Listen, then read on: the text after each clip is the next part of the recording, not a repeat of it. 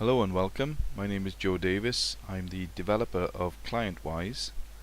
In previous videos we've looked at a general overview of ClientWise, and we've also looked at creating clients and how to create appointments. In this video I'm going to show you the lookup lists that can be altered, modified to suit your particular preferences in how you're going to use the program. To go to the lookup lists, you click on Admin on the toolbar and click on Lookup Lists. This window then appears, and it's in this window where we can make all the necessary adjustments. So we'll go through the lists one by one, and then you've got a clear understanding of what can be done. So if I click on Activity List, this is where you can actually create your own activity or the various items that you're going to be selling to your clients. So we've got cut and blow dry long hair, cut and blow dry short. There you've got your gross price. If you're VAT registered, you can put a VAT rate in there, and that will then calculate the VAT content of the gross price, and that could be useful for reporting purposes. You've got the category that the activity belongs to, so it's to do with hair. Then we've got another section down here which is to do with colouring, but again you can create your own activity, you can set your own prices, you can set your own category. Just simply type in whatever category you want for it, and it's just a useful way of bringing that sort of information together. Notice at the bottom we've got even a few products on here: hair gel, manicure set, and so forth. You can type in as many activities as you wish, and with all the various prices set against them. So when you actually come to create an appointment, you can then put these activities against the appointment, which are then chargeable to the client. Status list. These again can be altered. You can just simply change. Let's say I wanted a diamond status in here as well, so you can just type in diamond. Whatever description you care to use, you can just type that in here, and you can even assign a color to the status that you've created if you want. I guess diamonds are white, so I'd select white, click OK, and then obviously you can't see the color because everything else is in white. But if I just chose say a different color, and I make that into say green, just click OK, you can see it set that to a background of green. The default, if you have a default set, so if I set bronze as my default, then every time I create a new client, they will automatically be assigned, in this case, the bronze description or the bronze status.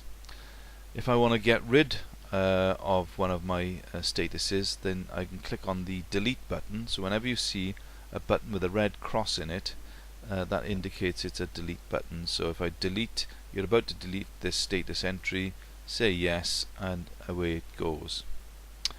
Okay, so that's pretty straightforward. You can have up to 20 statuses. Then we've got the referral list. These are again useful for when a new client comes on board, just to ask them the question, how did you hear about us? Because that could be in the long term, it'll just help you to see where you can focus your marketing efforts. It could be like a mail shot is where what's working for you, or it could be advertising in a local magazine. It could simply be word of mouth recommendation. So if you wanted to, put in some other form of referral, here you can just type that straight in, the Morgan Gazette, say, and there you have it. Press enter, and it then fixes it in place. If you wanted to remove something from here, again you click on the selector, the record selector, just to select the record, and then click on the X, which is the delete button. You're about to delete this record, yes, and away it goes. Okay, key code descriptions. This is all tied in with the staff rota, which is what will be covered on a separate video, but these are descriptions that you can assign to the various selections you can make on the staff rota. So whether it's a working item, annual leave, sickness, training, bank holiday, etc., all that can be assigned on a staff rota. Again, you're limited to just 8 entries here, but you can change, obviously you can't delete anything, but you can change the wording of any of these descriptions. The show, shift and record hours, what that is for is that sometimes you may actually want the wording to appear on the staff rota instead of just the color. So you could say show the shift, and it's basically, that means show the shift, show the description on the shift itself, but that will become more apparent, and you'd understand that better when I actually demonstrate the staff rota separately. Record hours, again, with that you may not wish to record hours for sickness or annual leave. Possibly you may not want to sort of show the record the hours for that, but however you want to sort of set it up, you can sort of decide at the time. Shift descriptions, again, it's just a straightforward list that appears on the staff rota. It could be that, you know, I've just called it shift 1, 2 and so forth, but you could have, like, you know, 9 to 5, something like that, and you could have another description could be, you know, it could be like an afternoon shift that runs from 2 to 6, say. So you could just describe it like that. But again, you're limited to 10 characters because to try to fit it all onto the rota sheet. So you want to just try and be as concise as possible with that. And then you can also obviously set the hours then for each shift. So if I put in 9 to 5, just put in sort of 8 hours there. 2 to 6, that is say 4 hours for that one. And you can even put in you know, a decimal hour. If it was like 3.5 hours, you can just type 3.5, and that will work as well. Then you've got staff members. Staff members are the various, like, technicians then that are dealing with the clients, and if you want them to appear on the rota, then you can tick them. That's the staff rota. If you don't want them on the staff rota, then you just simply deselect the checkbox. If they are technicians and they are to appear on the technician list when creating appointments, then that can be selected or deselected accordingly. Again, you've got the color palette here, so if you want to set a color for an individual, then that can be done quite easily as well. And it's just a way of identifying the technician.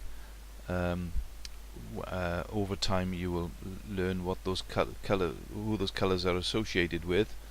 So let's say I wanted to put a new person on, so I'll just call him Bob for simplicity's sake, and then we'll he's on the rota and he's also a technician. I'm going to set a color for Bob, and let's go for this sort of light blue cyan color. Click OK, and that is then the color that will appear on the appointment bar when it gets created with Bob as the technician. To remove a technician, you then click on the delete button, and that'll then, you're about to delete this staff member, and yes, and they're gone. Okay, then you've got a few settings lists here, like you've got the raw data for the staff rota. So when you start putting that information onto the staff rota, then that raw data will appear here, and you can actually export that data then into Excel if you wanted to do a detailed analysis of it. So you can click on Export to Excel, and that will then dump it out into Excel, and then you can do with it what you want there. And so that's quite useful to be able to do that. That goes for any of these lists actually. If you wanted them in Excel, you can then simply export to Excel by clicking that button there. Then you've got the raw client data. So this is all the information that you would have typed in for the individual clients. Again, if you wanted to put that out into Excel for any particular reason, then you can do that by clicking on the Export to Excel. There it is, and then the data automatically gets dumped out very quickly from the database into Excel, and there you can do with it whatever needs doing. So I won't bother saving that. Then you've got miscellaneous settings. Now you may remember that I referred to like a default duration and time increments and points per pound. I mentioned those few things as I was going through the other tutorials. So I'll just go through these one by one. The first off is the auto compact DB. That means auto compact database, and it just means that the database will be compacted regularly if this is ticked.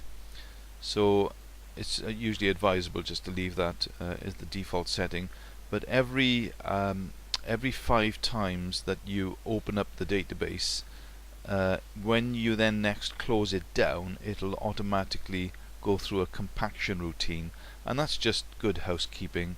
It just keeps all the size of the database nice and lean, and prevents it from getting bloated. Then you've got a default duration, so that's the default duration in minutes when creating a new booking. So if you remember, when we created an appointment or a new booking on the actual day view, or the week view for that matter, when you actually put a client on there, it automatically gave them 30 minutes duration. That was because this is set to 30 minutes here. So if you want to increase that, say to an hour, then you just change that value there from 30 to 60, like so. Okay, so I'll just leave it as 30 for now. But just bear in mind that the time increments should also be a multiple of the default duration. So for example, we got 15 time increments. That means when increasing the time for an appointment, the time will increment in the minutes that you've set here in this box. So you notice that the time, the graduation of the time over the day was set in 15-minute slots. I could change that to 10-minute slots.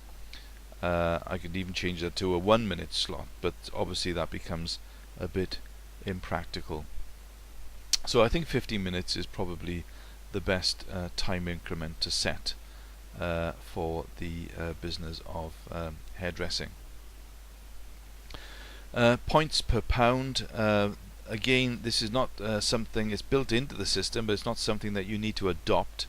But loyalty points can be calculated at point of sale, and you can set the number of points per pound in this box. So for example, a setting of 2 will produce 2 points for every £1 spent.